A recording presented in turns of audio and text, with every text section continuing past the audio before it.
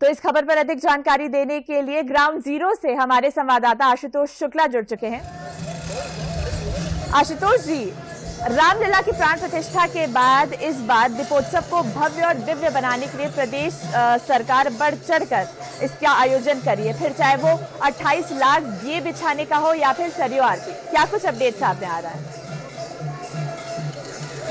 देखिए बरखा, मैं अगर कहूं तो ये अद्भुत है, अवर्णनीय है, अकल्पनीय है।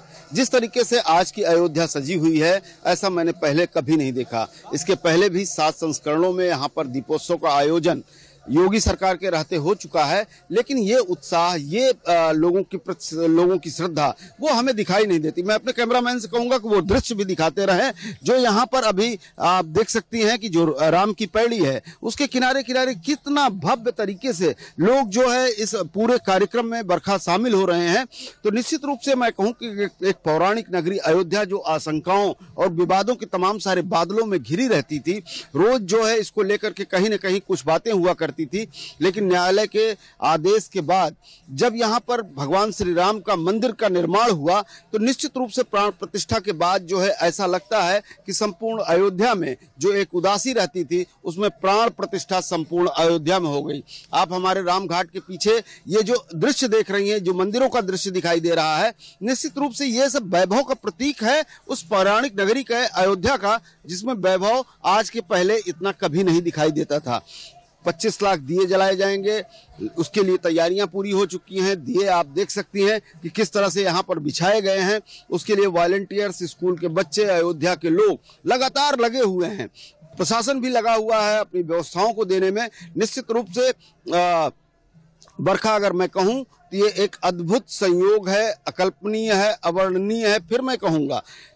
और इसी के साथ जो है रामलीलाओं का जो यहाँ पर मंचन होगा, कई देशों के जो है कलाकार यहाँ पर आए हैं जो भगवान श्री राम के चरित्र को यहाँ पर वर्णन करेंगे रामलीलाओं के माध्यम से। आयोजन कल है, लेकिन इस कल के आयोजन के लिए पिछले कल से जो तैयारियां यहाँ पर देखी जा सकती हैं, जो उत्साह देखा जा सकता है, वह निश्चित रूप से शब्दों में बांधा नहीं जा सकता है। माँ सरयू की हिलोरें बताती हैं कि किस तरीके से उत्साह जो है भगवान राम जो मर्यादा पुरुषोत्तम थे, जो उनका चरित्र था, उसको जो है यहाँ पर स्थापित करने की जो एक प्रक्रिया चल रही है, लोगों को जीवन में उतारने की एक प्रक्रिया चल रही है, निश्चित रूप से जो है वह अवर्णनीय है और शब्दों में बांधी नहीं जा सकती। बरखा, जिस तरीके से तस्वीरें सामने आ रही है, ये साफ नजर आ रहा है कि अयोध्या में दीपोत्सव को भव्य और दिव्य करने के लिए काफी तैयारियां और काफी उत्साह लोगों में देखा जा रहा है। अयोध्या वासियों में कैसा माहौल है इस बार दीपोत्सव को लेकर, और क्या कुछ अपडेट सामने आ रही है इसको लेकर? बिल्कुल बरखा, अगर हम कहें तो इसके पहले भी दीपोत्सव का आयोजन 7 संस्करणों में हुआ था, लेकिन उस वक्त एक जो है मायूसी अयोध्या वासियों को लेकर के हुआ करती थी, अयोध्या वासियों के मन में हुआ करती थी। वो मायूसी ये हुआ करती थी कि भगवान श्री राम के लंका विजय के उपरांत जब वो अयोध्या लौट करके आए थे तब दीपावली का सृजन हुआ और दीपावली मनाई गई, लेकिन भगवान श्री राम का यहाँ पर कोई मंदिर नहीं था, उनकी प्राण प्रतिष्ठा नहीं थी। निश्चित रूप से वह मायूसी कहीं न कहीं अयोध्या वासियों के मन में खटका करती थी, और यही कारण है कि यहाँ के मठ मंदिर आयोजन तो करते थे दीपोत्सव का, लेकिन उसमें उदासीनता कहीं न कहीं झलकती थी। लेकिन आज वो उदासीनता से परे है। यहाँ का बाजार जो है कितना प्रफुल्लित है कि जो देर रात तक जो है पूरी तरह से जगमगा रहा था, और उसके बाद जो है आज रात भी जगमगाएगा। मठों और मंदिरों में लगातार जो है रामचरितमानस के पाठ, भगवान राम के संकीर्तन चल रहे हैं, और यहाँ पर श्रद्धालुओं का तांता पूरे देश से लगा हुआ है।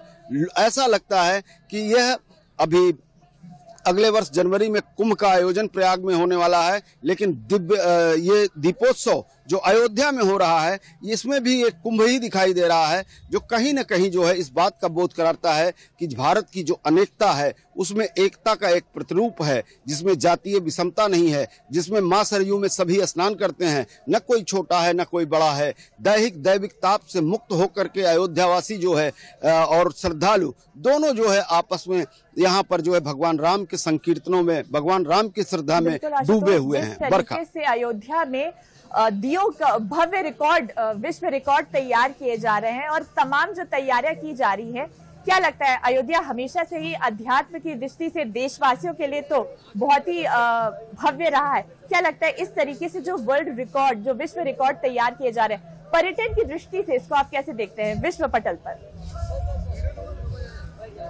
देखिए, विश्व पटल पे अगर हम कहें तो केवल अयोध्या ही नहीं, संपूर्ण उत्तर प्रदेश जो है उसके तमाम सारे ऐसे स्थान हैं, चाहे वो प्रयागराज हो, अयोध्या हो, मथुरा हो, काशी हो, सब जगह, या बौद्ध परपथ हो हमारे, या कि झांसी के तमाम सारे बुंदेलखंड के जिले हों, जहां पर तमाम सारी पौराणिकता के साथ जो है पर्यटन की असीम संभावनाएं रही। सरकार उसको जो है बढ़ावा देने पर भी जो है लगातार प्रयास करती रही है। लेकिन अगर हम कहें तो पौराणिक रूप से अयोध्या का जो विकास है वो विकास अब सामने दिखने को मिल रहा है। अंतर्राष्ट्रीय स्तर का यहाँ पर एयरपोर्ट स्थापित किया गया है, आवागमन के लिए रेल नेटवर्क और बस नेटवर्क, सड़कों का जाल वो निश्चित रूप से बहुत व्यापक रूप से यहाँ पर विकसित किया जा रहा है और अयोध्या को एक नए रूप में, एक नए कलेवर में प्रस्तुत किया जा रहा है दुनिया के सामने। ये पौराणिक नगरी है। यहाँ पर भगवान श्री राम, अगर हम कहें तो अल्लामा इकबाल ने कहा कि इमाम हिंद थे भगवान श्री राम। वो इसलिए कहा कि राम का जो चरित्र था वह पूरे देश को जो है नहीं बल्कि पूरी दुनिया को जो है आलोकित करता था। और उसी आलोक में ये दीपोत्सव का आयोजन होता है। यहाँ पर जो दिए रखे हुए हैं बरखा, ये दिए सामान्य दिए नहीं हैं, ये देते हैं शांति और सद्भाव का संदेश। ये दिए देते हैं लोगों को आपस में मिलजुल कर रहने का संदेश। ये दिए देते हैं कहीं न कहीं विश्व बंधुत्व का संदेश, जो कि भारत की एक थाती है, भारत की एक विरासत है। और उसी विरासत को जीने के लिए कहीं न कहीं जो है अयोध्या प्रगतिशील दिखाई देती है।